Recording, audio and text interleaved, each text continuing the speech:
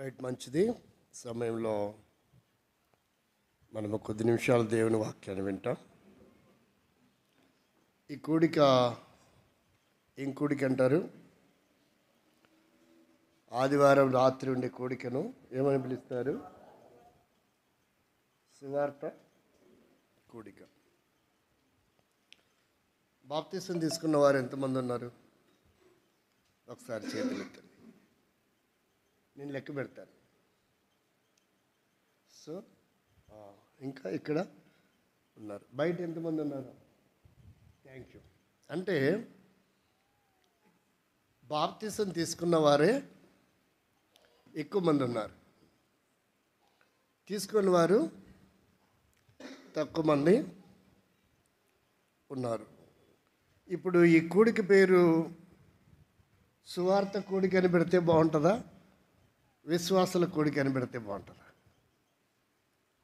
కాబట్టి ఇప్పుడు సువార్త చెప్పామనుకో, విశ్వాస జీవితంలో పిహెచ్డి చేసిన వాళ్ళు ఏమవుతుంది? వాళ్ళ టైము వరద అవుతుంది కదా. Thank you. అప్పుడే పెట్టాడు, సార్లు ఉండాలా. నాకు ఏమంటారు దాన్ని?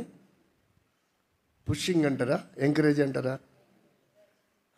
కోఆపరేషన్ చాలా బాగుంది. అందుకని ఇప్పుడు మనం దీనికి నేను ఒక పేరు పెట్టాలనుకున్నా. ఏమనంటే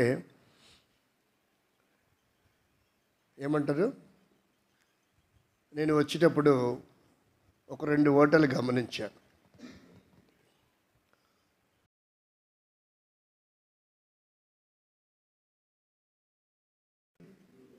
ప్యూర్ వెజ్. ఇంకా హోటల్ చూస్తే అది మిలిటరీ హోటల్ అంట. నేను అనుకున్నా మిలిటరీ వాళ్ళు పెట్టిన హోటల్ ఏమో అని అనుకున్నా. కాదు, మిలిటరీ హోటల్ అంటే ఏంటి? అక్కడ ఎక్కువ ఏం దొరుకుతుందంట? Non veg. 2 ఎందుకు వేరుగా ఉన్నాయి హోటల్ అనుకున్నా. అది దాటి వచ్చిన తర్వాత ఇంకో హోటల్ చూస్తే అక్కడ ఏముందంటే veg and non veg. Bus ఒక చోట ఆగింది. 3 చోట్ల ఆపాలనుకున్నారు, ఒక చోట ఆపాడు డ్రైవరు. ఎక్కడ ఆపాడంటే వెజ్ అండ్ నాన్ వెజ్ దగ్గర ఆపాడు. ఎక్కడ ఆపాడు? వెజ్ అండ్ నాన్ వెజ్ దగ్గర ఆపడానికి 2:30 పట్టింది టైము. ఎంతకని? మధ్యాహ్నం 2:30 అయ్యింది. అంటే ఆ ఊరికి ఈ ఊరికి గ్యాప్ వచ్చింది. ఆ డ్రైవర్ని అడిగితే, సార్ బస్సులో ఒట్టి వెజ్ తినే వాళ్ళే ఉంటారా, కాబట్టి నాన్ వెజ్లు కూడా ఉంటారు, అందుకని అక్కడ ఆపలేదు. నేను అడిగిన, ఏందయ్యా 3 చోట్ల హోటల్ వచ్చింది, దగ్గరికి పోతుంది, బోర్డు చూస్తే మళ్ళీ వెనక్కి వస్తుంది అంటే, ఈ రూట్లో నేను కొత్త సార్ డ్రైవర్ని, కాబట్టి రూట్లో హోటల్ ఏది కరెక్ట్ మాకు తెలీదు, అందుకని నాకు ఒక ఆలోచన వచ్చింది. అంటే ఏమొచ్చిందంటే, నేనైతే ప్యూర్గా నాన్ వెజ్జే, కానీ బస్సులో వెజ్ వాళ్ళు ఉంటారు, నాన్ వెజ్ కాడ ఆపితే వాళ్ళు ఇబ్బంది పడతారు. కాబట్టి వెజ్ కాడ ఆపితే నాన్ వెజ్ వాళ్ళు ఇబ్బంది పడతారు, నాన్ వెజ్ దగ్గర ఆపితే వెజ్ వాళ్ళు ఇబ్బంది పడతారు. అందుకని ఎక్కడికి వచ్చా సార్ అన్నాడు. మరి నీకు ఆకలి అనిపించలేదు? అవుతుంది, కానీ 2 చోట దొరుకుతుందేమో అని నిరీక్షణతో వచ్చాను. ఆయన కొంచెం చర్చికి వెళ్ళి అలవాటు ఉందంట, అందుకని ఏం వాడాడు పదం?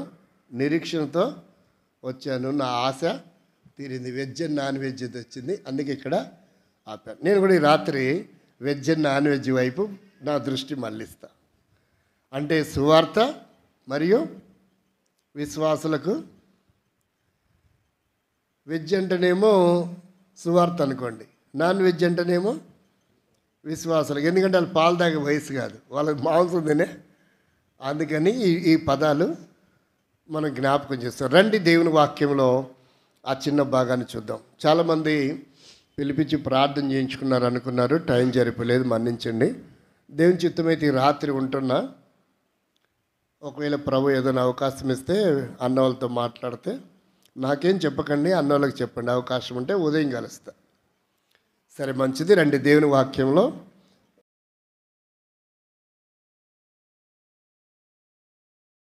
యెషయా గ్రంథం 5వ అధ్యాయము 4వ వచనం.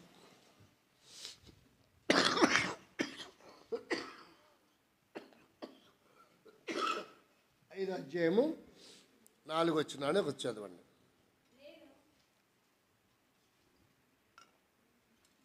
నేను చదవండి. అదే, ఇక్కడ ఒక ఆయన హృదయంతరంగంలో ఉన్న ఆ వేదన, వేదన అంటే బాగుంటుందా, ఆవేదన అంటే బాగుంటుందా, మీరే తెలుగు పండితులకి అర్థం చేసుకోవాలి. వేదన వేరు, ఆవేదన వేరు. ఇప్పుడు ఆయన ఏ వేదనతో ఉన్నాడో మీరు చెప్పండి, చదవండి. నేను నా ద్రాక్ష తోటకు చేసిన దానికంటే మరి ఏమి నేను దానికి చేయగలను? అది ద్రాక్ష పండ్లు కాయనని నేను కనిపెట్టినప్పుడు అది ఏమైందంట? కారు ద్రాక్షలు కాయటకు కారణము ఎవరిని అడుగుతున్నాడు? ఇది కొంచెం విచిత్రంగా ఉంది కదా. అది కారణము ఏమి? క్వశ్చన్ వేసుకున్నాడు. తన క్వశ్చన్ గుర్తుందండి. ఆ క్వశ్చన్ గుర్తు కూడా పరిశుద్ధాత్మ దేవుడే క్వశ్చన్ గుర్తు పెట్టించాడా, లేకుంటే ప్రింటింగ్ చేసేవాళ్ళే క్వశ్చన్ గుర్తు పెట్టారా? మనకైతే తెలియదు. కానీ బైబిల్ అంటేనే దేవుని వాక్యం అని నమ్ముతున్నాం కనుక ఇందాక అన్నగారు చెప్పారు ఏమని, పాటల పుస్తకంలో ప్రింటింగ్ మిస్టేక్స్ ఉండొచ్చు, మరి కరెక్షన్ చేయడానికి ఈయన వెళ్ళలేదు కదా, అందుకని అది మనం ఇక్కడ కరెక్షన్ చేసుకున్నాం. కాబట్టి బైబిల్లో భక్సింగ్ గారు ఏం చెప్పాడంటే,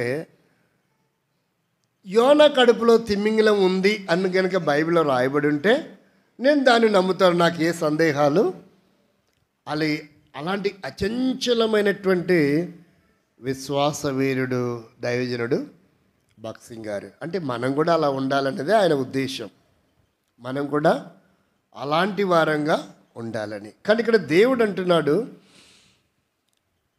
అది కారు ద్రాక్షలు కాయటానికి కారణం ఏంటి అనే విషయాలు కొన్ని మనం పరిశీలన చేస్తాం. ప్రార్థన చేసుకుందాం. ప్రేమగల మా తండ్రి, సర్వశక్తివంతుడమైన దేవానికి స్తోత్రములు.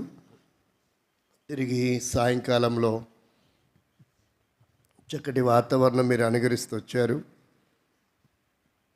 ప్రభా. నీ పిల్లలకు దాసులకు ఇచ్చిన భారం బట్టి, పాడగలిగిన పాటలు బట్టి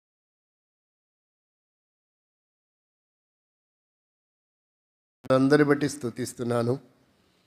వట్టివాడను మట్టివాడను, అయోగ్యుడను, ఎన్నికలేని వాడను, ఈ మంచితనం లేని వాడను ప్రభా. నీ ప్రయోజకుడును మరుగుపరచండి.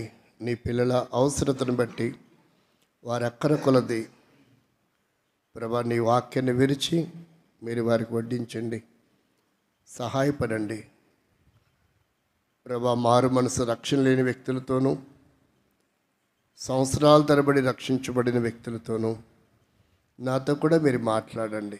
నీ ఉద్దేశం ఏమైందో, నీ మనసు ఏమైందో అది ఎరిగి దాన్ని అనుసరించి జీవించడానికి ఒక మంచి తీర్మానం కలిగి మీ కొరకు మేము సిద్ధపడుతూ, మమ్మల్ని మేము సిద్ధపరచుకుంటూ, ఇతరులను కూడా సిద్ధపరుస్తూ ప్రభా మీరు ఆకడలో మేము ఎత్తబడే అనుభవంలో ఉండే దాని కొరకు మాకు సహాయపడమని స్తుతిస్తూ వందనములు చెల్లిస్తూ యేసుక్రీస్తు వారి దివ్యనామములో స్తుతించి ప్రార్థిస్తుంటున్నాం తండ్రి, ఆమేన్. దేవుని యొక్క హృదయంతరంగములున్న ఆవేదన ఈ వాక్యం ద్వారా మనకు బయలుపరచబడుతున్నటువంటి విధానం. చాలా తక్కువ సందర్భంలో దేవుడు తన హృదయంతరంగంలో వేదనతో, ఆవేదనతో మాట్లాడుతున్న మాటలు కొన్ని రాయబడినాయి. ఉదాహరణ మరొక మాట చూడండి. యెషయా గ్రంథంలోనే 1వ అధ్యాయం 6వ వచనం అనుకుంటే ఒకసారి చదవండి. 5వ వచనం చదువుతారా? నిత్యము తిరుగుబాటు చేయుచు మీరేలా ఇంకను కొట్టబడదురు, ప్రతివాడి నడినెత్తిని వ్యాధి కలిగి ఉన్నాడు, ప్రతి వాని గుండె బలహీనమాయను, అరికాలు మొదలుకొని తల వరకు స్వస్థత కొంచెమైనను లేదు. ఎక్కడ చూసిన గాయములు, దెబ్బలు, పచ్చి పుండ్లు, అవి పిండబడలేదు, కట్టబడలేదు, తైలముతో మెత్తన చేయబడలేదు. చదవండి.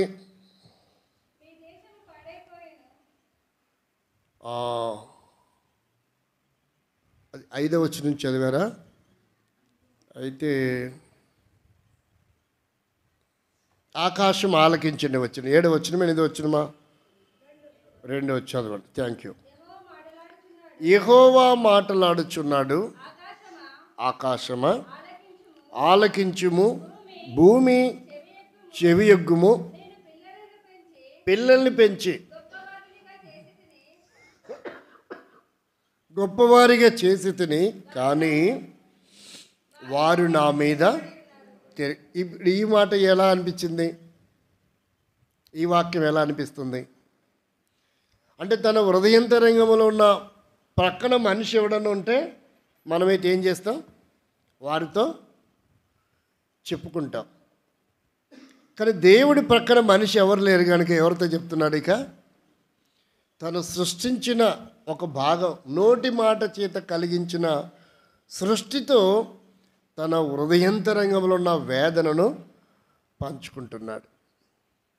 ఇలా కొన్ని సందర్భాల్లో బైబిల్లో రాయబడిన మాటలు ఉన్నాయి. అసలు ఎందుకు దేవుడు ఎదురు చూశాడు? ఎందుకు మనము కారు ద్రాక్షలు కాశాం అనే విషయాలని కొన్ని మనం పరిశీలన చేస్తాం. అసలు దేవుని యొక్క ప్రణాళిక ఏంటి? దేవుని యొక్క చిత్తం ఏంటి? ఎందుకు మనం అలాగన తప్పిపోతూ వచ్చాము అనే విషయాలని 2 మనం పరిశీలన చేస్తాం. ఒకే భాగాన్ని కానీ 2 రకాలుగా దాన్ని, అంటే ఒకే ఫుడ్డే, ఒకే హోటలే, కానీ ఆ హోటల్ ఏం దొరుకుతున్నాయి? 2 రకాల ఆహారపు అలవాట్లు కలిగిన వారికి సంభవిస్తున్నటువంటి దొరికేటువంటి అవకాశం. కాబట్టి ఒకే వాక్యాన్ని మనం 2 భాగాలుగా దాన్ని డివైడ్ బై చేసుకో, లేదు 2 భాగాలుగా విడదీసుకుందాం. అప్పుడు కొన్ని మాటలు మన సమయంలోనే మనము ముగించుకుంటాం. ఇప్పుడు దాదాపుగా 45 నిమిషాలు ఉంది కరెక్ట్గా. వీలైనంతవరకు, వీలైతే దానికంటే ముందుగానే నేను ముగించడానికి ప్రయత్నం చేస్తాను. ఉదయం అంతా కూర్చొని ఉన్నారు, ఇంకొన్ని పనులు మిగిలిపోయింటవేమో, ఒకవేళ సిస్టర్స్కి ఉత్తుకునేటివి, కడిగేటివి, శుభ్రపరిచేటివి. కాబట్టి దాన్ని దృష్టిలో పెట్టుకుందాం. కొన్ని వాక్యాలు మనం పరిశీలన చేస్తాం. అసలు దేవుని ప్రణాళిక ఏంటో ఒకసారి అట్నుంచి మనం ఇలా మెల్లగా క్రిందకి దిగి రావడానికి ప్రయత్నం చేస్తాం. చూడండి, ద్వితీయోపదేశకాండం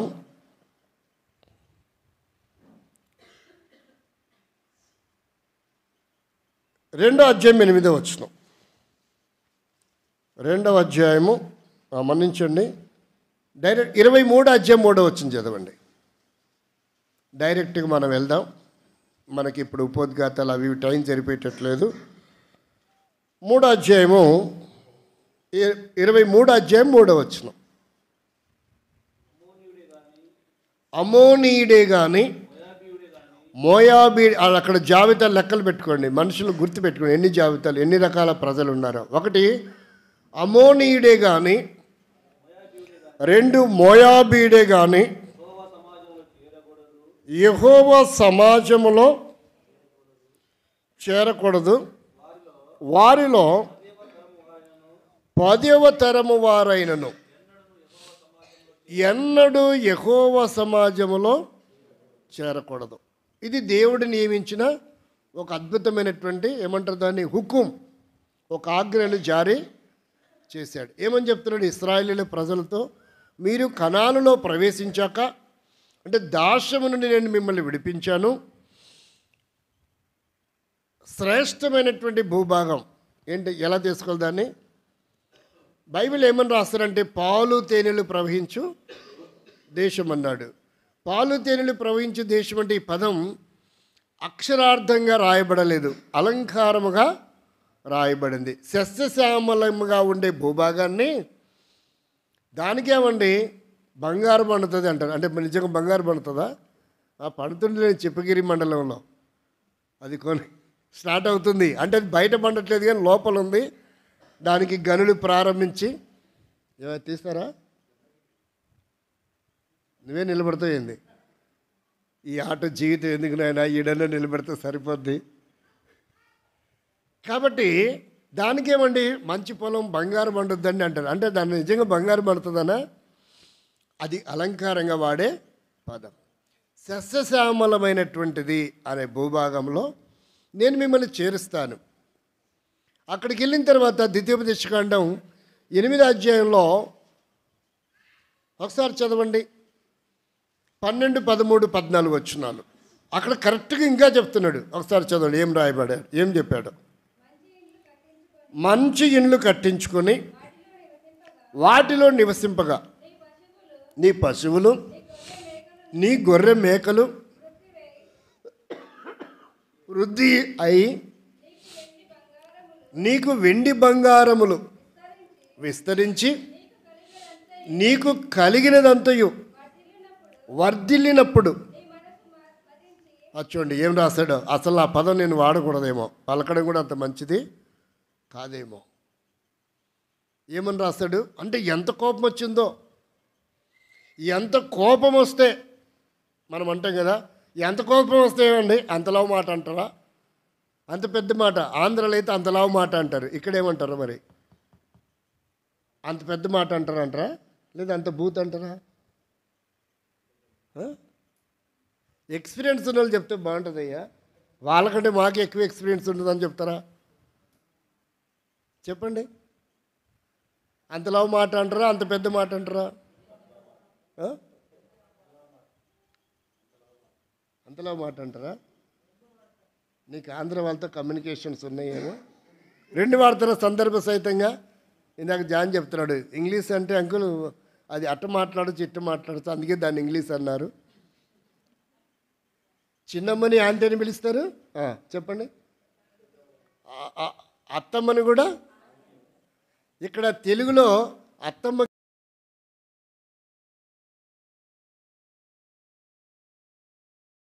కొంతమంది అల్లుడితో కూడా అత్త చిత్తురాడడం అంటే కాదు, తమాషగా లేదంటే ఆశాస్పదంగా కూడా మాట్లాడుకుంటారు నవ్వుకోవటానికి. అదే మాటలు చిన్నమ్మతో మాట్లాడతారా? అదే మాటలు అక్క కొడుకుతో లేదంటే బావగారి కొడుకుతో మాట్లాడుతుందా? కాబట్టి ఇక్కడ అత్తకి చిన్నమ్మకి ఉన్న వ్యత్యాసం. కానీ ఆంగ్లంలో ఏమైంది, ఇద్దరిని ఏమని సంబోధిస్తుంది? అంటేనే సంబోధిస్తుంది. కొంచెం కన్ఫ్యూజ్ అవుతాం కదా. కాబట్టి ఇక్కడ ఏమంటే రాయబడుతుంది అంటే, దేవుని వాక్యంలో ఆయన యొక్క హృదయంలో ఉన్న వేదన, అది బైబిల్ భూత్ అనిపించింది నాకు. ఆ పదం ఎలా అనిపించింది? ఇది బైబిల్లో ఉండే ఒక పెద్ద మాట. ఏమని వాడారు? మనస్సు మధించి. కోపం వచ్చినప్పుడు ఏమంటారంటే, వాడికి మదం పట్టాడు. ఏమంటారు? వాడికి మదం ఎక్కింది, వాడి మదం ఎప్పుడు దిగుతుంది అంటారు కదా. అంటే అలాంటి పదం ఇది. నీ మనస్సు మధించి. ఎంత వేదన ఉంటే ఆ వేదనతో ఈ పదాన్ని పరిశుద్ధాత్ముడు రాయించడానికి ఇష్టపడ్డాడు. కాబట్టి ఏమని చెప్పాడో చదవండి, ముందుకు చదవండి. దాసుల గృహమైన ఐగుప్తు దేశములో నుండి నిన్ను రప్పించిన అది అంటే అది కలిగినప్పుడు నీకు సమృద్ధి వచ్చినప్పుడు. అందుకనే సామెతల గ్రంథంలో మహనీయుడు ఏమన్నంటే, తక్కువైతేనేమో నిన్ను దూషిస్తానేమో, ఎక్కువైతే దేవుడు ఎవరు అనుకుంటానేమో. కాబట్టి నాకు అదొద్దు ఇదొద్దు, సరిపడ ఉంటే చాలు ప్రభా అన్నట్టుగా తను వాడుతూ వచ్చాడు. ఇక్కడేమంటుంటే, నువ్వు ఆశీర్వదించ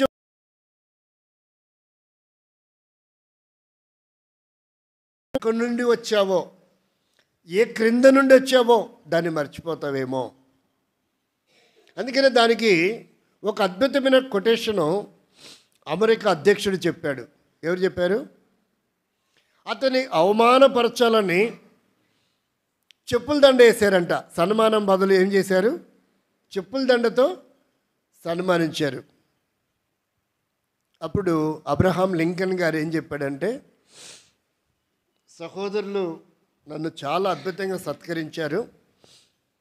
కానీ నేను ఈ సత్కార్యమునకు, ఈ సన్మానానికి అనర్హుణ్ణి. ఎందుకంటే నేను పాత చెప్పులు కుట్టుకునేవాడిని, ఈ కొత్త చెప్పులు కుట్టేవాడిని కాదు. చూసారు ఎలా ఉందో? ఒక్కసారి నేను అధ్యక్షుని అయినప్పటికీ నా స్థాయి ఎక్కడుండేది? ఎక్కడో రోడ్డు పక్కన ఫుట్పాత్ మీద కూర్చొని కొత్త చెప్పులు కుట్టేవాడిని కాదు. నేను ఏ చెప్పులు కుట్టేవాడిని?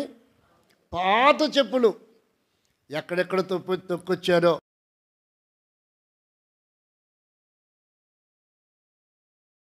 ఆ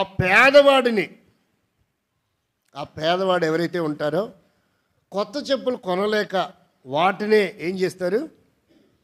నేను సేవకు వెళ్ళిన ప్రారంభ దినాల్లో సంఘం లేదు, కొన్ని లక్షల సువార్తలు పంచుతూ వచ్చాను.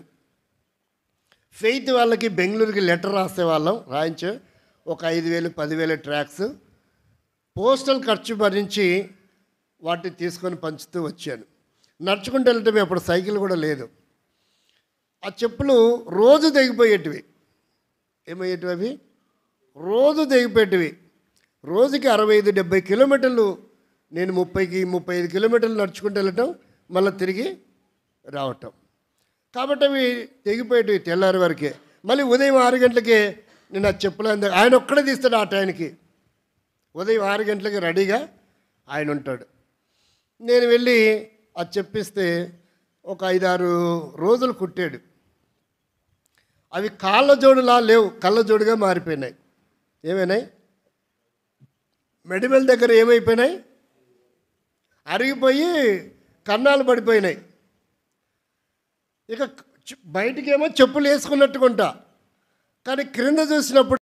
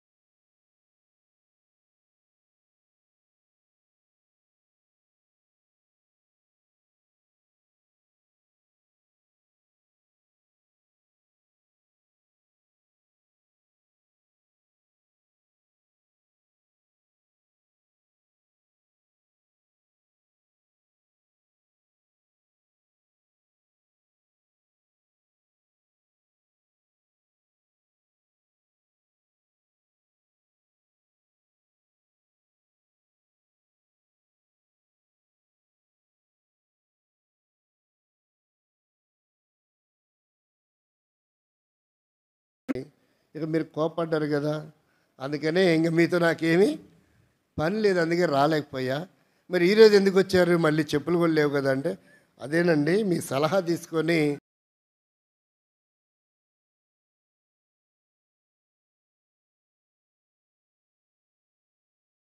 అయితే మీరు పాస్టర్ అంటున్నారు, సెకండ్ హ్యాండ్ వద్దు కానీ షాప్కి వెళ్దాం రండి అన్నాడు.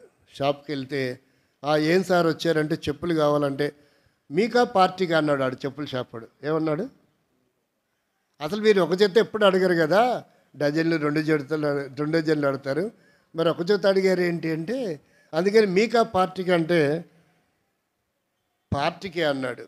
పార్టీకి అయితే 80 రూపాయలండి అన్నాడు. నాకేం అర్థం కాల.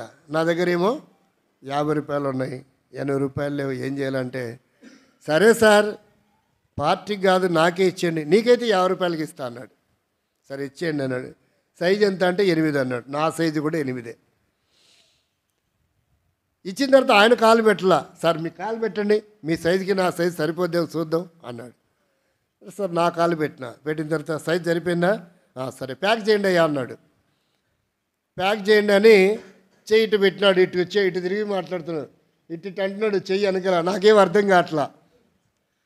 నాకేం తెలుసు అసలు ఆ ప్రాంతము అది ప్రదేశాలు కొరత. అప్పుడు ఎందుకో నాకు డౌట్ వచ్చారు, తగిలి ఇటు అన్నాడు. ఏందా అనేసి డబ్బులేమో ఇటు అన్నాడు. అప్పుడు ఇట్లా అన్నాడు. అప్పుడు 50 రూపాయలు ఆయన చేతిలో పెడితే ఆయన ఆ చెయ్యి తీసుకెళ్ళి ప్యాంట్ జోలో పెట్టి ఇది 50 రూపాయలు అని వాడికి ఇచ్చాడు. ఆంధ్ర వాళ్ళకి అంత అలర్జీ ఉంటుందని అప్పుడు అర్థమైంది నాకు. ఆంధ్ర అలర్జీ మామూలుది కాదు, మనకు అర్థం కాదు, చాలా జ్ఞానయుక్తంగా ఉంటారు. తీసుకొచ్చిన తర్వాత కాళ్ళకి వేసుకోమని చెప్పొచ్చుగా, ఆడి ముందు ప్యాక్ చేయవయ్యా అన్నాడు. ఆయన కాళ్ళకి చెప్పులు ఉన్నాయి కదా, అంటే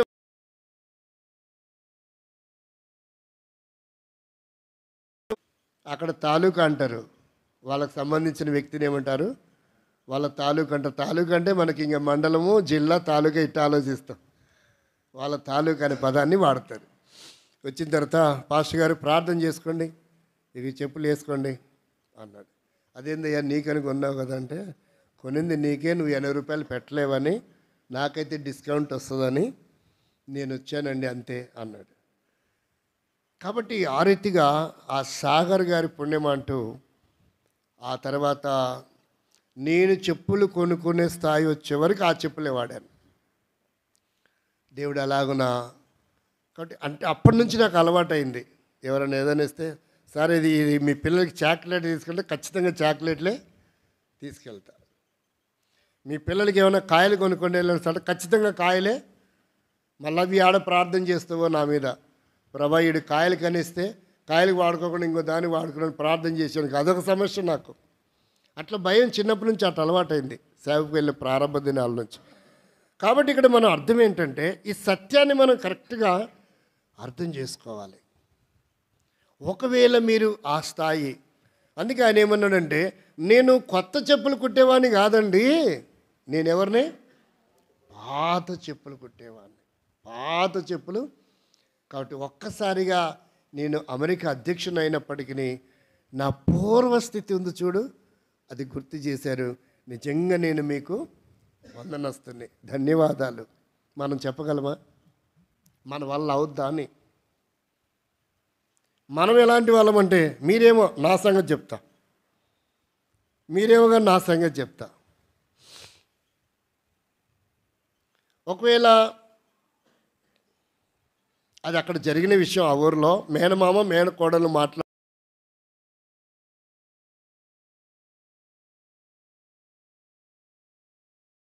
డబ్బు సంపాదించుకొని వచ్చింది. దుబాయ్కి వెళ్ళి ఏం చేసింది, ఈడున్నప్పుడు అదే పని, దుబాయ్లో కూడా ఆమె అదే పని చేసింది. అప్పుడు ఏమైందంటే, మావయ్య గారు స్కూల్ దగ్గర కాయలు పెట్టి అమ్ముతారే, ఆడపిల్లలు బాగా కొని తింటారు కంబాక్సుల్లో పెట్టుకొని.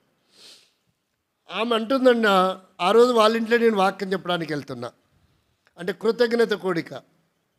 మార్కెట్కి వస్తే వాళ్ళ మేనమామతో చతురాడుతుందో రియల్గానే మాట్లాడుతుందో తెలియదు. మావయ్య గారు ఇవి ఏం కాయలు అని అడిగింది ఆమె. అంటే నేను వినాలని అడిగిందో లేక మేనమామ కాబట్టి చతురాడిందో మనకు తెలీదు. ఆయన ఏమన్నాడు తెలుసా? పలాని కాయలు అమ్మాయి అని చెప్పలా. ఆయన చాలా లాజిక్ వాడాడు. నువ్వు ఒక 3 ఏళ్ల క్రితం, అంటే దుబాయ్కి వెళ్ళక మునుపు, ఈ చీరని ఇలా దోపుతారు కదా, ఏమంటారు దాన్ని, గోసి పెట్టుకొని చింత చెట్లకి కోసేవా గీతలు పడతట్టు గీసుకుపోయేటట్టు గీతలు పడి ఆ కాయలే ఈ కాయలు అమ్మాయి అన్నాడు. అంటే అప్పుడు అవి చింతకాయలు అమ్ముకొని స్కూల్ దగ్గర పిల్లల దగ్గర బ్రతికిందంట. దుబాయ్ పోయి వచ్చిన తర్వాత ఈ కాయలు ఏంటని అడుగుతుంది. అర్థమైందండి? అంటే కొంత రూపాయి రాగానే, డబ్బు రాగానే ఆ కాయలు ఏంటో మర్చిపోయింది. అంటే ఆమె కొంచెం హోదా పెరిగింది. అలాగన చిన్న చూపు చూసిందంట. అలా కాయలు అమ్ముకొని ఎరుకొచ్చుకొని పోషించుకున్నటువంటి వ్యక్తుల్ని చీఫ్గా చూసిందంట. పాస్టర్ గారు చూసేవా మీ విశ్వాసి అన్నాడు. నాకేం అర్థం కాలే. వాళ్ళిద్దరు ఏం సంభాషణ చేసుకున్నారో, కాయల గురించి మాట్లాడుకున్నారు. ఆమె ఒకలాగా అడిగింది, ఈయన ఒకలాగా చెప్పాడు. నాకేమీ అర్థం కాలే. నాకు అర్థం కాలేదండి అంటే దాని బతుకు ఒకప్పుడు ఇట్టుండింది, దుబాయ్ పోయి డబ్బులు సంపాదించి ఇప్పుడు ఇట్టు మాట్లాడుతుందండి. ఆవిడ ఎంత అగౌరవపరిచింది, ఎంత చిన్న చూపు చూసింది. అది తప్పు కదండి అన్నాడు ఆయన గారు. తప్పేనేమోలేండి, నాకైతే పూర్తి వివరాలు తెలియదు. కాబట్టి మనం ఒక స్థితి రాగానే మన పూర్వ స్థితిని మనం ఎప్పుడు మర్చిపోకూడదు. ప్రభువా, ఒకప్పుడు నా బ్రతికి ఇలాంటిది, నన్ను ఇలా ఉంచావు, నీకు స్తోత్రం. ఒకప్పుడు నేను నా స్థాయి ఇలా ఉండింది, నన్ను ఇలా ఉంచావు, నీకు స్తోత్రం. అలా ప్రభుని మనం మహిమపరచాలా. అలాంటి వ్యక్తుల్ని, అంగలోపం ఉన్న వాళ్ళని కానీ, అవయవాల లోపం ఉన్న వాళ్ళని కానీ, వివాహం కాని వాళ్ళని కానీ, సంతానం కలగని వాళ్ళు కానీ, నిరుద్యోగులు ఉన్నవారిని కానీ, పూట గడవని స్థితిలో ఉన్నవారిని కానీ, పేదరికలు ఉన్నవారిని కానీ మనం ఎప్పుడూ హేళనగా మాట్లాడకూడదు. అది ఒక విశ్వాసకి తగదు. అది దేవుని యొక్క ఉద్దేశం. అందుకే ఇక్కడ ఏమంటారంటే, నీకు కలిగినప్పుడు నువ్వు బహుశా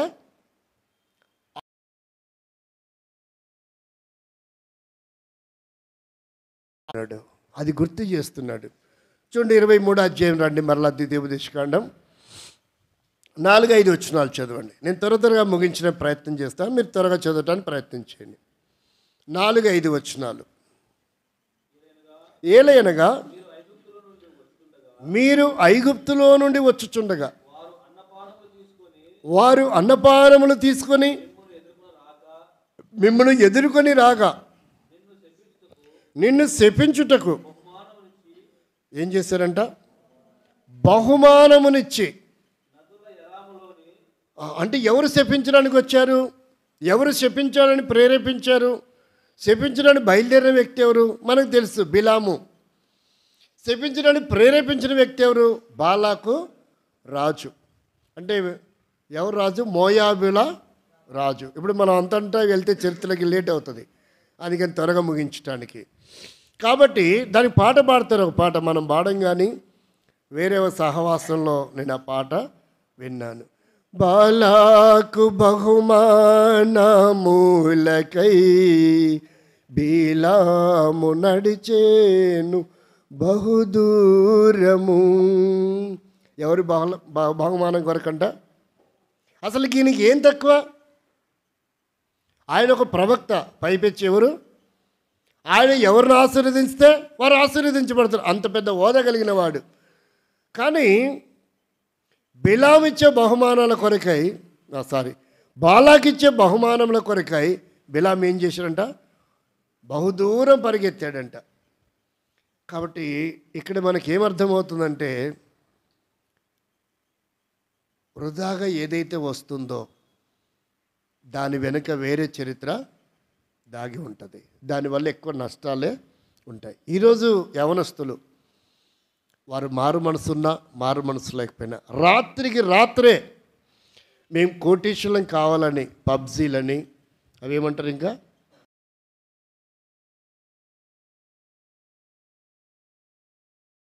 రాత్రి అప్పులు చేసి ఆత్మహత్యలు చేసుకున్న కుటుంబాలు ఎన్నో మనకు సోషల్ మీడియాలో కనబడుతున్నాయి.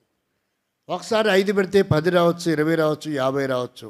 అలా మనల్ని దాంట్లోకి ఏం చేస్తారు? ఇక దింపుతారు. మైండ్ అంటే సైకాలజికల్గా మన దాంట్లో నిమగ్నం చేస్తారు. కకృతి పడ్డామా ప్రాణాపాయానికి మనం గురి అవుతాం. కాబట్టి ప్రియమైన వారలారా, ఇలా ఏదో వస్తుంది అంటే దాని వెనుక మనకి ఏదో నష్టం కలిగే అవకాశం ఉందనే సత్యాన్ని గ్రహించాలి, భౌతికంగా ఆధ్యాత్మికంగా కూడా. అందుకని ఇక్కడ రాస్తున్నటువంటి మాటను చూడండి. యెషయా గ్రంథం 2:6 చూస్తే త్వరగా మనం ముందుకు వెళ్దాం. యెషయా గ్రంథం 2:6. యాకోబు వంశమగు ఈ జనము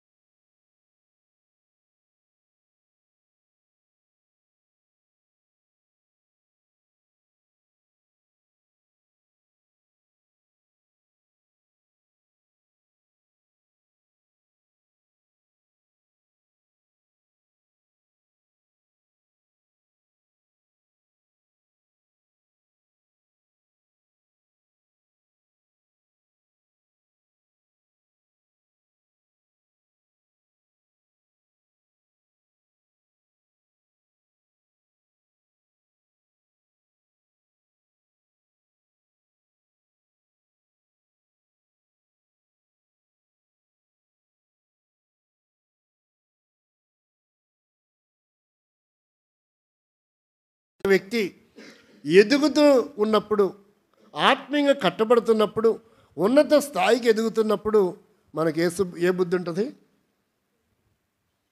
దానికి తెలంగాణ పాటల ఫోక్ సాంగ్లో జయరాజు గారు అని ఒక పాట రాస్తాడు. భలే ఉంటుంది ఆ పాట. క్రైస్తవులలో కూడా ఆ పాట ఉంటుందేమో నాకు తెలియదు, కానీ మనసా ఎదుటి వ్యక్తి ఎదుగుతుంటే ఓర్వలేవేమే నువ్వు, నిన్ను అగ్నితో కాల్చాలన్నా ఏం చేస్తే నీ మనసు మారుతుంది, నువ్వు మారుతావు. ఆ పాట భలే ఉంటుంది. మీరు ఒకవేళ ట్రై చేయండి యూట్యూబ్లో. మనసు అనే దాని మీద ఉంటుంది ఆ పాట. పదజాలాల కూర్పు జయరాజు గారు చాలా అద్భుతంగా రాస్తాడనిపించింది. నిజంగా ఈ పాట ఇలా రాశారు, కానీ ఇదంతా క్రైస్తవులు చెందింది అనిపించింది నాకు అది విన్నప్పుడు. బాగా వింటాలేండి, నేను పాడలేను, కానీ అన్ని రకాల పాటలు వింటాను.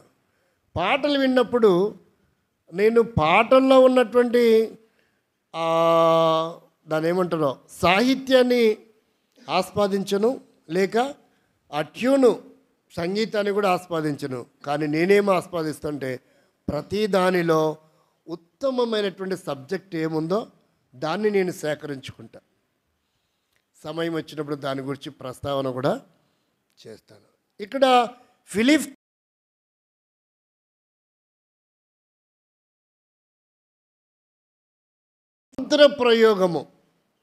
మంత్రప్రయోగము కాబట్టి ఇవి విశ్వాసులకి తగదు.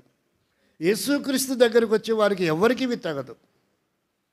వారు రక్షింపబడిన వారైనా, రక్షణ లేని వారైనా. దేవుని విధానంలో చూస్తే ఆ సాంప్రదాయాలు, ఆ పద్ధతులు మనం ఎప్పుడు కూడా ఫాలో అవ్వకూడదు. ఇప్పుడు సువార్తలు ఇది ఎక్కువ సమస్యగా మారింది. వాళ్ళు ఏమంటారంటే, మేము మీరు ఏం పెట్టినా మేము తింటాం, కానీ మా ప్రసాదాన్ని మీరు తినరు. మీరు మా దేశస్తులే, అరే మీ తాత పేరేంట్రా, మీ నాన్న పేరేంట్రా, కాబట్టి మీది గొర్రె మతం నిన్నమన్న వచ్చింది, మీరు హిందువులే, రికగ్నైజ్డ్గా నువ్వు క్రైస్తవుడు ఉందా చూపి అని కూడా అంటున్నాడు. ఇవన్నీ కాదు, మనం ఆలోచించాల్సిన విషయం ఏంటంటే, మీరైతే ఏం చెప్తారో నాకు తెలీదు, మా పాస్టర్ గారు చెప్పాడు అంటారు, అయిపోయా. ఇప్పుడు పాస్టర్ గారికి ఒక సమస్య తెచ్చి పెడతారు. ఇందాక అన్నయ్య గారు మాట్లాడుతూ ఒక మాట్లాడు, కొన్ని పదాలు పాస్టర్ గారి మీద నెట్టేస్తారండి, వాక్యం వైపు దేవుని వైపు తిప్పరు, అందుకే సమస్యలు వస్తున్నాయి అన్నాడు. నిజం అనిపించింది. మా చర్చిలో పాస్టర్ గారు చెప్పాడు, మా సంఘ పెద్ద చెప్పాడు, మా అంకుల్ చెప్పాడు అంటారు. మాకు దేవుడు చెప్పాడంటే ఎంత బాగుంటుందో. కాబట్టి కొంచెం మనం అప్డేట్ అవుదాం, దాని సరైన విధానంలో సమగ్రవంతంగా ఆలోచించి ఆన్సర్ చెప్పుదాం. నన్ను అడిగితే నేనేం చెప్తాను అడగండి. ఒకవేళ అది మమ్మల్ని అడిగితే మేమేం చెప్తాం, పక్కన పెట్టండి మా సంగతి. నిన్ను అడిగితే నువ్వేం చెప్తావు అని అడగండి, ఎవరైనా క్వశ్చన్ చేయండి. అరే అబ్బాయి నీ పేరేంటి? సార్ పేరు. ఇంత అందంగా ఎందుకున్నావు? ముందు మా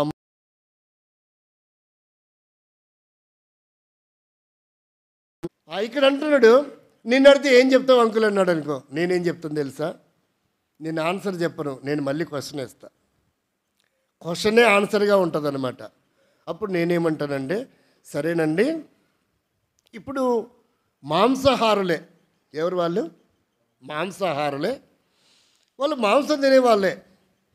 ఇప్పుడు అయ్యప్ప మాలేశారు. ఏం మాలేశారు?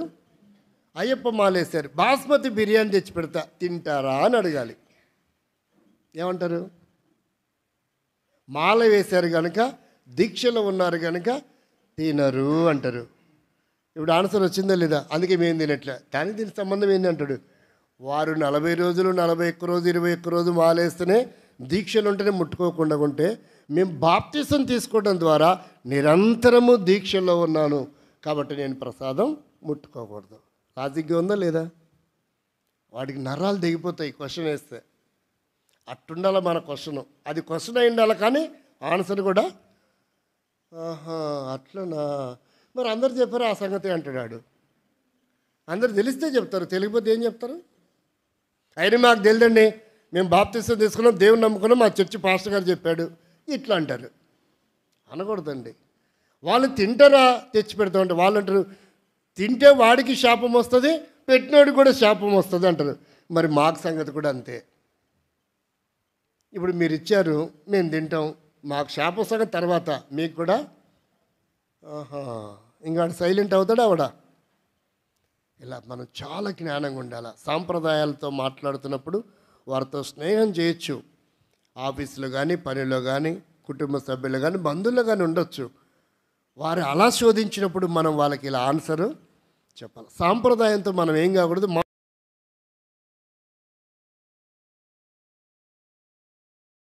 దీక్షలో ఉన్నాము, జీవితకాలం అంతా దీక్షలో ఉన్నామండి.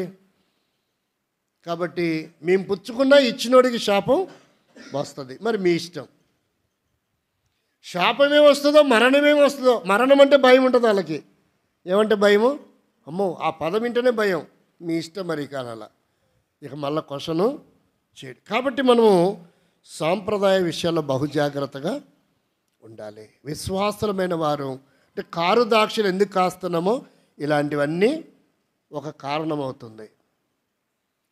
ఇలాంటివన్నీ ద్రాక్షలు కాయటానికి కారకులం. ఇతరులను అవమానపరచడం, ఎగతాళి చేయటం. ప్రభా నా స్థితి అలా ఉంటే ఇలా తీసుకొచ్చావు, నా కొరకు నువ్వు సిలువ వేయబడ్డావు, నా జీవితం మార్చావు, నీ కొరకు జీవిస్తాము అని తెలుసుకోకపోవటం, మర్చిపోవటం ఆయన్ని. అలా జ్ఞాపకం చేస్తున్నాడు. అయితే ఎలాంటి వారమంట? ఇర్మియా గ్రంథం 2వ అధ్యాయము 21 వచనం చదవండి. మనం ఎలా ఉన్నాం, ఎలా చేసుకొచ్చాడు. శ్రేష్టమైన ద్రాక్షవల్లి దాంటిగా నేను నిన్ను నాటి తిని, కేవలము నిక్కమైన విత్తనమని చెట్టు వంటి దానివిగా నిన్ను నాటి తిని, నాకు జాతిహీనపు ద్రాక్షవల్లి వలె భ్రష్ట సంతానం అంట. అసలు ఇక్కడ మొక్కకి మనుషులకి కంపేర్ చేసి రాశాడు ఇక్కడ. కాబట్టి ఇలాంటివి అందరికీ అర్థం అవదు. ముఖ్యంగా హిందువులకు అసలు అర్థమే కాదు. బైబిల్ అసలు ఎవరికి అర్థం కాదండి. క్రైస్తవ దైవికమైన ఆలోచనతో చదివితే తప్ప. ఇక్కడ చెట్లతో మాట్లాడుతున్నాడు, మనుషులతో మాట్లాడు. నువ్వు ఎట్లు భ్రష్టు ఎలా అయిపోయినారంట. ప్రసంగి 7:29 చూస్తే యథార్థవంతులుగా పుట్టించాడు. అలాంటి వారు ఏమైపోయినారంట? భ్రష్టులు అయిపోయినారు. శ్రేష్టమైన ఆయన హృదయంతరంగంలో ఆవేదన ఎలా చెప్తున్నాడు చూడండి. శ్రేష్టమైన వ్యక్తిగా నేను నిన్ను పుట్టించాను ఏ లోపం లేకుండా, కానీ నువ్వేమైపోయినావు? భ్రష్టు పట్టిపోయినావు. అలవాట్ల ద్వారా, మాటల ద్వారా, పద్ధతుల ద్వారా, తాగుడుకు, బీడికి, చుట్టకు, సిగరెట్కి, అబద్ధాలకు, మోసాలకు, ఇలా రకరకాలుగా నీ జీవితం నాశనం చేసుకున్నావు. భ్రష్టు పట్టిపోయావు. ఇక నా కొరకు నువ్వు శ్రేష్టమైన ద్రాక్షలు ఏం కాస్తావు? ఇలాగైపోయింది నీ బ్రతుకొని అనే జ్ఞాపకం చేస్తున్నాడు. అలా భ్రష్టు పట్టిన జీవితాన్ని బాగు చేయడానికే యేసుక్రీస్తు ప్రభువారు 2024 సంవత్సరాల క్రితం ఈ లోకానికి వచ్చాడు. ఎలా ఉండాలంట? నీతిహీనపు జాతిహీనపు కాయలు కాస్తే మన బ్రతుకులో శ్రేష్టమైనవి, దేవునికి ఇష్టమైనవి, అంగీకారమైన కాయలు కాసే వారంగా మనం ఉండాలని దేవుడు కోరుకుంటున్నాడు. కాబట్టి అలా కాయాలంటే ఏం చేయాలి? అలా శ్రేష్టమైనవి కాయాలంటే చివరికి మనం కన్క్లూజన్లోకి వద్దాం రండి. మరి ఏం చేస్తే అలా కాస్తాం? ఎలా మన బ్రతుకు మరి ఎలా మార్చుకుంటాం? ఆ స్థాయికి నేను ఎదగాలంటే, దేవుని సంతోషపెట్టే స్థాయిలో ఉండాలంటే నేనేం చేయాలండి? ఈ రాత్రి నేనేం చేయాలా? అని అడిగారు. అయ్యలారా, రక్షణ పొందటానికి ఏం చేయాలి? ఈ రాత్రి మీరు ఏం చెప్తా చేస్తాను. అప్పుడు వాళ్ళు చెప్పారు, ప్రవీణ్ యేసునందు విశ్వాసం ఉంచుము, అప్పుడు మీరును ఇంటి వారును రక్షణ పొందుతారు. ఈరోజు నేను బాగుపడాలంటే, ఆస్తి సంపాదించే, ఉద్యోగం రావాలంటే, వ్యాపారం చేయాలంటే ఎక్కడికి వెళ్ళాలా? ఏ చర్చికి వెళ్ళాలా? ఇది కాదు. రక్షణ పొందాలంటే నేనేం చేయాలా? దేవునికి ఇష్టమైన మంచి ద్రాక్షలు కాయాలంటే నేనేం చేయాలా? ఇది మన ప్రశ్న అయి ఉండాలి. అంతేగాని నాకు అది కావాలా ఇది కావాలనేది ఎంత అవసరమే, దానికంటే ఇది ఇంకా ప్రాముఖ్యమైనటువంటిది. అది అవసరం, ఇది అతి ప్రాముఖ్యమైనటువంటిది. కాబట్టి ఏమిటాడో యోహాను సువార్త 15వ అధ్యాయం 4వ వచనం, చేయుటకు. యోహాను సువార్త 15వ అధ్యాయం 17వ అధ్యాయం చదివినట్టు నువ్వు తల్లి, నువ్వు 15వ అధ్యాయం 4వ వచనం, నాయందు నిలిచియుండుడి, మీ యందు నేనును నిలిచియుందును. తీగ ద్రాక్షవల్లిలో నిలిచుంటేనే కానీ తనంతట తానే ఎలాగూ ఫలింపదో, అలాగే నిలిచుంటేనే కానీ. ఇప్పుడు ఎవరు మాట్లాడుతున్నారు? ఫలించాలి, కారు ద్రాక్షలు కాదు మంచి ద్రాక్షలు కాయాలంటే ఇప్పుడు మనకు బేతేలు కూడా మాట్లాడుతుంది. మీకు నాకు సాంగత్యం ఉండాలి, నాతో మీకు సహవాసం ఉండాలి. అంటే నియామక కోడికలకి, వార కార్యక్రమాలకి క్రమంగా నువ్వు రావాలి. అప్పుడే నువ్వు నా యందు నిలిచున్నట్టు. వస్తే ఏంటి? ఇక్కడ వాక్యం ఉంటుంది. వాక్యము మన మనసులో ఉన్న అపవిత్రతను పోగొట్టి పవిత్రతతో నింపుతూ వస్తుంది. కాబట్టి మనకున్న అలవాట్లను మానిపించి ఒక నూతనమైనటువంటి అలవాటు. చూడండి, అక్కడ రాయబడింది యాకోబు పత్రిక 1:21లో ఏమని రాస్తాడో చూడండి. మరలా మనం ఇంటి వస్తాం త్వరగా. అందుచేత సమస్త కల్మషమును, విర్రవీగుచున్న దుష్టత్వం మాని ఏం చేయాలంట?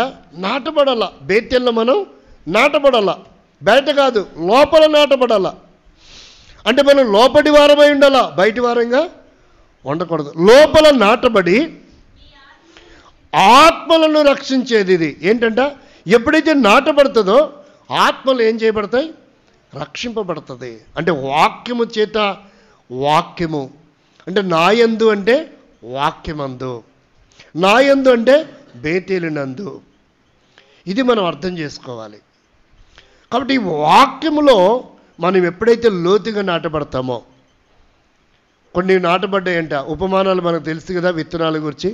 బండ మీద కూడా వేయబడ్డాయి, అవి కూడా ఫలించింది. కానీ వేరు లేనందున, వేరంటే సరైన వాక్య క్రమం లేకపోతే మరలా మనం కారు ద్రాక్షలే కాస్తాం. వాక్య వెలిగింపు మనకు లేకపోతే కారు ద్రాక్షలే కాస్తాం. మరలా మాడిపోతాం, లోకంలో కలిసిపోతాం. వచ్చినట్టే వచ్చినాం, మరలా వెనక్కి వెళ్ళిపోతాం. ఎవరైనా వద్దన్నారా? లేదు. అంటే నీకు వాక్యం లోపల ఏం కాలేదు? నాటబడలేదు. అంటే నువ్వు బేతేల్లోకి అంటూ కట్టబడలేదు. అంటే ద్రాక్షవల్లిలో నీవు నిలవలేకపోతున్నావు. కాబట్టి నువ్వు మాడిపోతావు. వాక్యం లేకపోతే, నీరు లేకపోతే ఏ చెట్టు అయినా ఏమైపోతుంది? ఎండిపోతుంది. కాబట్టి మనం నాటబడాల. ఎక్కడ? సారవంతమైన నేల. సారవంతమైనటువంటి నేలని సంఘముగా, సహవాసంగా తీసుకుంటే, ఒలీవ మొక్కను వాక్యముగా తీసుకుంటే మనం ఖచ్చితంగా ఫలభరితంగా ఉండగలము. సంఘ క్రమంలో, సహవాస క్రమంలో, బేతేలులో మనం నాటబడినప్పుడు మనము రక్షింపబడతాము, ఆత్మీయంగా కట్టబడతాం. వాక్యంలో దినదినము మనం లోతుగా ఎదిగే వారంగా ఉంటాము. అప్పుడు మంచి ఫలాలు మనం ఏం చేస్తాం? కాసి దేవుని సంతోషపెట్టే వారంగా ఉంటాం. దినదినము వాక్యం ద్వారా మనం రూపాంతరం చెందుతూ వస్తాము. కాబట్టి మనం కట్టబడాలి. ఏం చేయాలి? కట్టబడాలంటే సంఘముతో, వాక్యంతో, సహవాసంతో, క్రమానికి. ఇది అక్రమం చేస్తే రాదు, దీనికి ఒక క్రమం ఉంది. ఆ క్రమాన్ని మనం ఫాలో అయినప్పుడు ఖచ్చితంగా దేవుని కొరకై. అక్రమం చేస్తే మనం కారు ద్రాక్షలే కాస్తాం. క్రమాన్ని ఫాలో అయినప్పుడు ఖచ్చితంగా మంచి ద్రాక్షలే. అప్పుడు చెప్తాం, వాడు చూడే నేను మొన్న వచ్చాడు, చక్కగా ఎంత బాగున్నాడో. ఎందుకని అలా చెప్పించుకుంటున్నాం మనం? ఒకటి క్రమం లేకపోవడం వల్ల ఆత్మీయంగా ఎదగలేకపోతాం. బేతేల్లోకి ఆత్మీయమైన అనుభవానికి రాకపోవడం వల్ల క్రమంగా మనం మంచి ఫలాలు ఫలించలేకపోతాం. వాక్యం యొక్క బీజము సరైనది లేకపోవడం వల్ల మనం మంచి ఫలాలు ఫలించలేకపోతాం. కాబట్టి మనం అద్భుతంగా కట్టబడాలి. దాని కొరకే ఒక గొప్ప ప్రణాళిక. ఏదేమైనా ఎవరేమనుకున్నా ఒక మంచి తీర్మానం. ప్రభా, నేను ఇంక మారు మనసు పొంది బాప్తిసం పొందుతా, నీ కొరకే జీవిస్తా. బేతేలు తప్ప నేను ఇంక ఎక్కడికి ఎటుపడతాటు వెళ్ళిపోను. ఆ క్రమానికి మనము లోపడితే ఒక తీర్మానం చేసుకోవాలా. నేను కూడా ఫలాలు ఫలించాలనుకుంటున్నా, నేనేం చేయాలి ప్రభా అంటే ఆ చివరి వచ్చిన చూద్దాం. నెహెమ్యా గ్రంథం 10వ అధ్యాయము 38వ వచనం. రండి ప్రార్థన చేసుకుందాం. నెహెమ్యా గ్రంథం 10వ అధ్యాయము 38వ వచనం. ఆ తీర్మానం ఉంటే ఖచ్చితంగా మనం కూడా దేవుని సంతోషపెట్టి ఆనందింపచేసే మంచి ఫలాలే ఫలిస్తాం. చదవండి 10వ అధ్యాయం 38వ వచనం. చివరి లైన్ చదవండి, ఇదంతా కాదు కానీ. మా దేవుని మందిరాన్ని. కాబట్టి ద్రాక్షవల్లిలో తీగ ఉంటేనే ఫలిస్తుంది. మందిరముతో, సంఘముతో, సహవాసముతో, వాక్యముతో సంబంధం ఉంటే తప్ప మనము మంచి ఫలాలు, అది కూడా క్రమం అతి ప్రాముఖ్యమైన విషయం. అలాంటి అనుభవంకి వచ్చినప్పుడే మనం మంచి ఫలాలు, దేవుడు ఆశించిన ఫలాలు ఫలించే వారంగా ఉంటాం. దాని కొరకై యేసుక్రీస్తు ప్రభు చివరి రక్తపొట్టు దారపోస్తూ వచ్చాడు. ఒక తీర్మానం చేసుకుని ఒక మంచి నిర్ణయాన్ని రాత్రి మనం తీసుకున్నాం. అందరూ కూడా తలలోంచి మోకరించండి.